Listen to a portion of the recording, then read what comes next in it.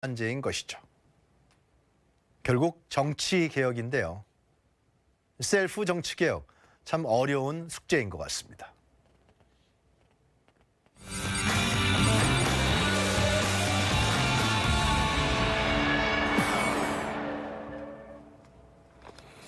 문재인 대통령이 새해 첫 국무회의를 주재했습니다. 모두 발언 주요 내용 직접 들어보시죠. 우리 정부 1기 경제팀은 무엇을 할 것인가를 설정했습니다. 2기 경제팀은 어떻게 할 것인가에 집중해야 합니다. 그 방법 역시 부처 내 보고서 속에만 있지 않을 것입니다. 오히려 국민의 삶 속에, 현장 실무자들의 땀 속에, 정부의 도움을 호소하는 청년 창업자의 구겨진 수첩 속에 숨어 있을 수 있습니다. 그들의 목소리를 피부치의 하소연 양 경청해 주길 바랍니다. 정책마다 집단의 목소리가 어떻게 다른지 반드시 확인하고 어떻게 다른 입장을 조정할 수 있는지 현장에서 방안을 찾아주길 바랍니다. 올해 우리 앞에 놓여 있는 도전은 만만치 않습니다.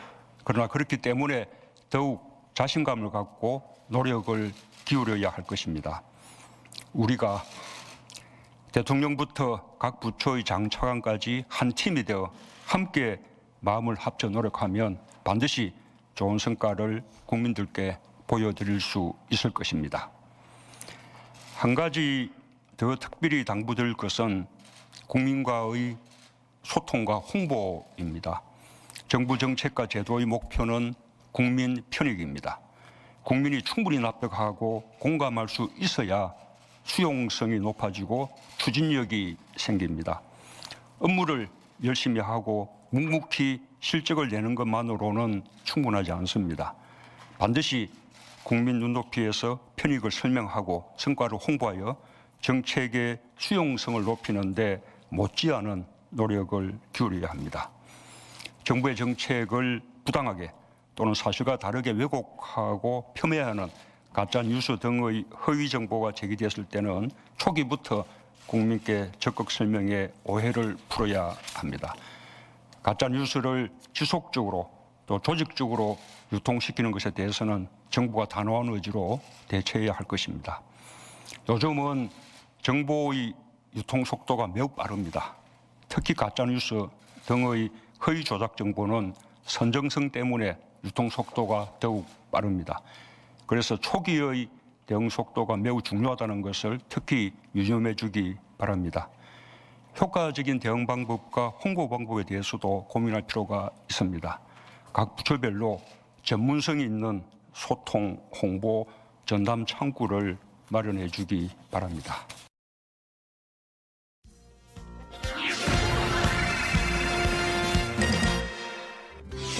음주운전은 살인행위라는 인식이 높아지면서 이에 대한 처벌과 단속 기준이 강화됩니다. 음주운전의 위험성은 익히 알고 있는 것처럼 개인뿐만 아니라 타인의 안전을 위협할 수 있기 때문에 절대 해서는 안 될 범죄 행위입니다.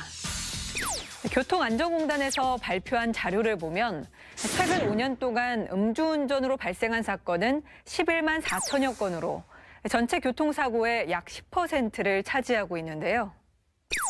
더 큰 문제는 음주운전에 5회 이상 적발된 재범자가 해마다 6천 명을 넘어섰고 적발 횟수가 10차례를 넘는 상습 운전자도 2015년 81명에서 2016년 201명, 2017년엔 348명으로 3년 사이 4배 넘게 늘었습니다. 보신 바와 같이 음주운전은 실수가 아닌 습관이란 건데요. 지난해 12월 윤창호법 시행으로 처벌 기준이 강화된 데 이어 올 하반기부터는 단속 기준도 강화됩니다. 운전면허 정지 기준은 0.03% 이상 0.08%로 낮아져 보통 소주 한 잔만 마셔도 처벌을 받습니다.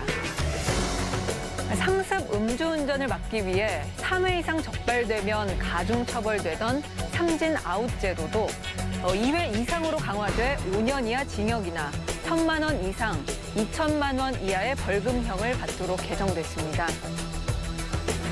음주운전으로 사망사고가 발생할 경우 현행 1년 이상 무기징역에서 최고 무기징역 또는 최저 3년 이상 유기징역을 받게 됩니다. 또 음주운전으로 사람이 다칠 경우 10년 이하 징역 또는 500만 원 이상 3천만 원 이하 벌금에서 1년 이상 15년 이하 징역 또는 1천만 원 이상 3천만 원 이하 벌금에 처해집니다. 그리고 음주운전을 한 운전자뿐만 아니라 동행자도 형사처벌을 받을 수 있는데요. 음주운전 사실을 알면서도 차량을 제공하거나 음주운전을 권유, 독려, 공모해 차량에 함께 탄 경우 처벌을 받게 됩니다. 또한 상습 음주운전자 등의 차량 몰수가 가능해지는데요. 음주 전력이 있는 운전자가 사망사고를 내거나 최근 5년 동안 4회 이상 적발된 재범자의 경우 차량을 몰수할 수 있습니다. 지금까지 강화된 음주운전 처벌 기준에 대해 알아봤는데요. 처벌도 중요하지만 이런 일이 없도록 예방하는 것이 무엇보다 중요하겠죠. 음주운전 예방법으로는 술자리가 있는 곳에 차량을 가져가지 않는 게 좋습니다. 만일 한 잔이라도 술을 마셨다면 대리운전을 불러야 하고 전날 과음을 했다면 출퇴근은 대중교통을 이용해야 합니다. 자신뿐 아니라 피해자와 그 가족까지 무너뜨리는 음주운전. 우리의 모두의 실천으로 음주운전을 예방할 수 있습니다. 음주운전만큼 심각한 사회 문제가 되고 있는 보복운전 역시 처벌이 강화되고 있는데요. 도로 위에서 시비를 이유로 자동차 등을 이용해 폭행, 협박 등의 공포심을 느끼게 하는 보복운전 발생 건수가 2016년 한 해 동안 무려 71만 3,966건에 달했습니다. 이 가운데서 난폭운전으로 불구속이 993명, 4명이 구속됐고요. 보복운전으로 2,168명이 형사 입건됐습니다. 보복성 운전을 하는 이유로는 다른 차량의 급격한 진로 변경에 화가 났다가 32.4%로 가장 많았고, 이어 경적을 울리거나 상향 등을 켜서 내 차 앞에 끼어들어서 등 사소한 시비에 인한 것으로 드러났습니다. 보복운전은 차량이라는 흉기를 이용한 협박 범죄로 인명피해로 이어질 수 있어 처벌이 강화됐는데요. 2016년 개정된 도로교통법에서 보복운전은 형법의 적용을 받습니다. 보복운전은 난폭운전과 달리 특정 대상을 설정한 상태에서 위협을 가하는 행위인 만큼 특수협박죄를 적용할 경우 7년 이하 징역 또는 1,000만 원 이하의 벌금형을 받으며 특수폭행죄가 인정되면 5년 이하 징역 또는 1,000만 원 이하 벌금형에 처해질 수 있고요. 또 보복운전을 하다 타인을 고의로 다치게 하면 살인 미수죄가 적용됩니다. 분노를 유발하는 난폭운전도, 욱해서 저지르는 보복운전도 교통안전을 해치는 행위입니다. 도로 위에서는 모두의 안전을 위해 예절과 법을 지키는 선진 운전 문화가 중요하다는 사실 꼭 기억하세요. 지금까지 똑똑한 정책 뉴스입니다.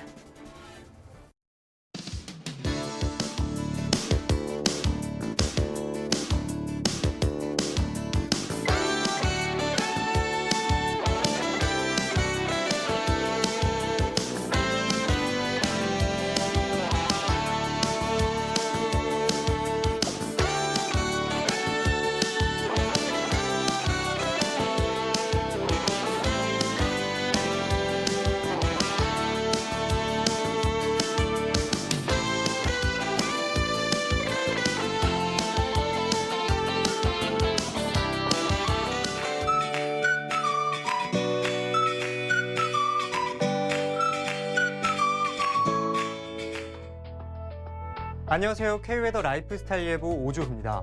현재 곳곳에 한파특보가 발효 중인 가운데 오늘 오후부터는 찬 공기가 유입되면서 밤사이에 기온이 뚝 떨어질 것으로 보이는데요. 내일 서울의 아침 기온 영하 10도까지 내려가며 반짝 추위가 이어지겠습니다. 오후에도 종일 영하권에 머물다가 모레 목요일부터는 낮 기온이 영상권을 회복하며 추위가 차츰 누그러지겠습니다. 외출하실 때 감기 걸리지 않도록 두터운 옷차림 하셔야겠습니다. 내일 오후부터는 서풍이 불면서 대기가 정체되겠는데요.